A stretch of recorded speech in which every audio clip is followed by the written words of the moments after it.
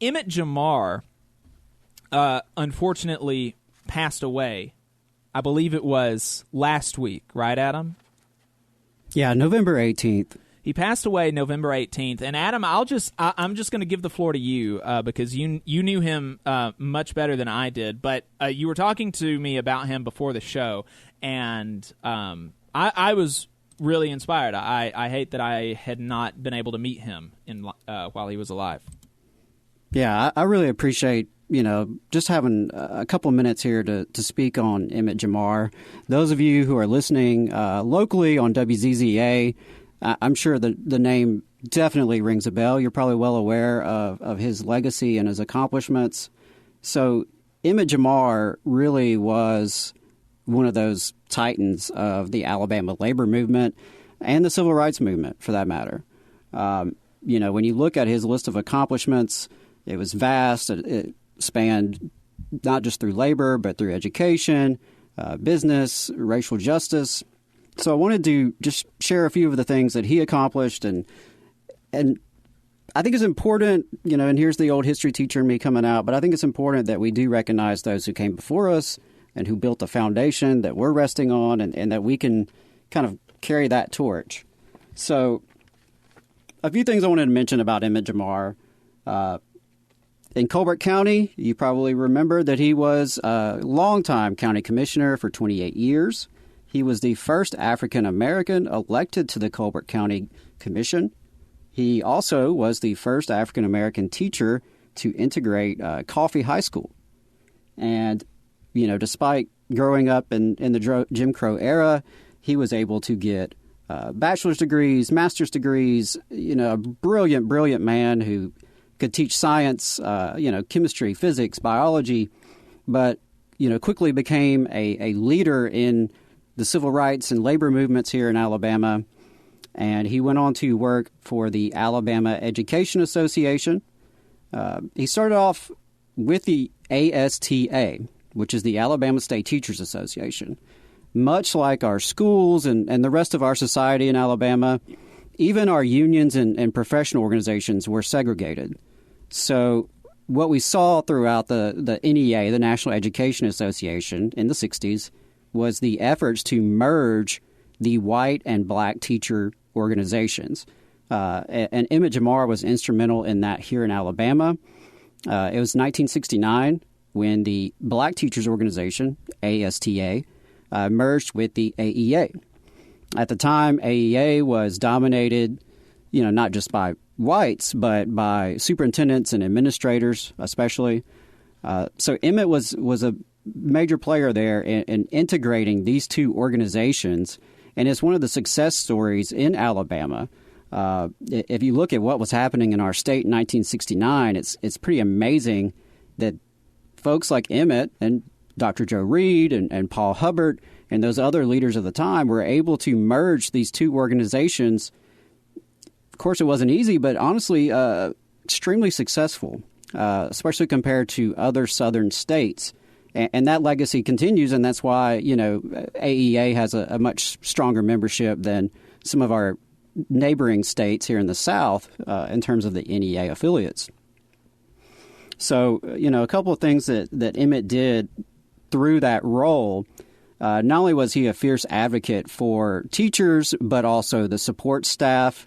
My own mother-in-law was a support staff member in his district and worked closely with him for decades, and certainly has shared many, many stories with me and my family about just what a brilliant man, what a fierce advocate he was. He was someone that you could count on to fight for the little guy. That's really what he dedicated his life to. And he stood up not just for those members that he was employed to represent, but he stood up for his colleagues. And I think that's very important.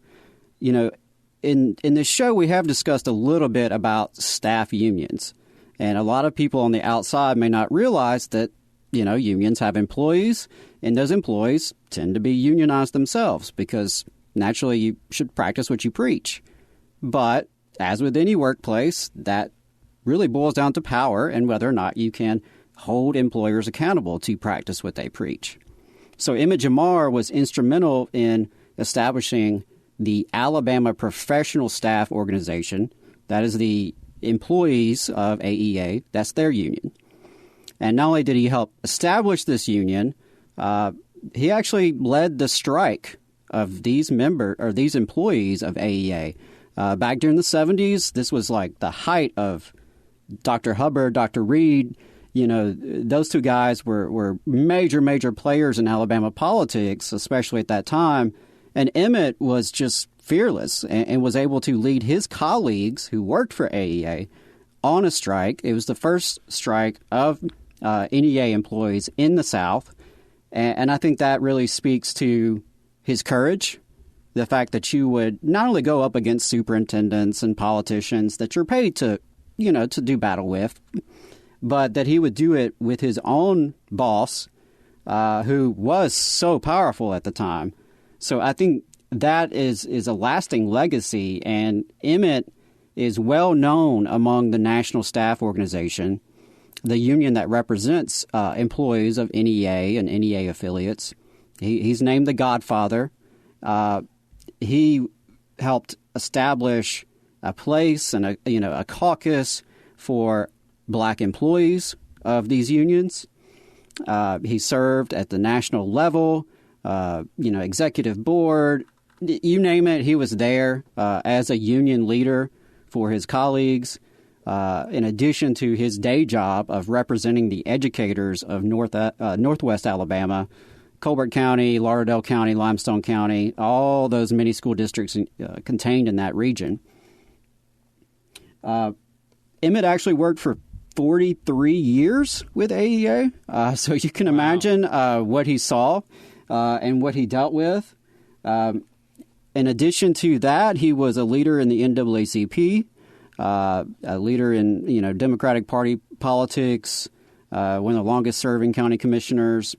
So, both not just in labor, but with racial justice, with normal electoral politics, so to speak, the man was a legend. And I think he really paved the way for more integration inside of our schools, but also inside of the organizations that represent school employees.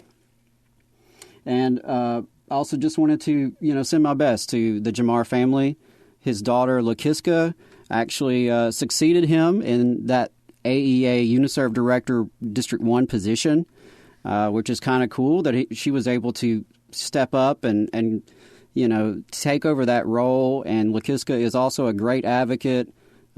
She's definitely, making her father proud and upholding that legacy of fighting for rank-and-file educators. So I wanted to send my best to the Jimmar family. And for those of you, maybe haven't heard of him before, recommend you take a couple minutes, check it out, brush up on your history there, because this was a man who dedicated his life to building a better Alabama. And, all of us can be thankful for him for the good work that he did throughout his life. Yeah, and you mentioned that his daughter succeeded him in a role, and WZZA's own Tori Bailey succeeded him as county commissioner. Isn't that what you said? I believe so. Yeah, and Tori spoke at the funeral this weekend and did a fantastic job, and really helped all of us who were there to better appreciate his accomplishments and the way in which he mentored so many people. Not just Tori and Lakiska, but, educators and union organizers and aspiring politicians, people all over the state. He was a true educator at heart, regardless of whatever job he held. Right. Yeah, that's. It's really amazing how many stories are there that go untold and that people don't really know about, and it's like you said, it's worth looking into folks like him, in our local communities that do the work that goes oftentimes, unrecognized. Absolutely. Thank you for giving me just a couple of minutes to do that, because especially those of you who are in Northwest Alabama, you have a lot to be proud of.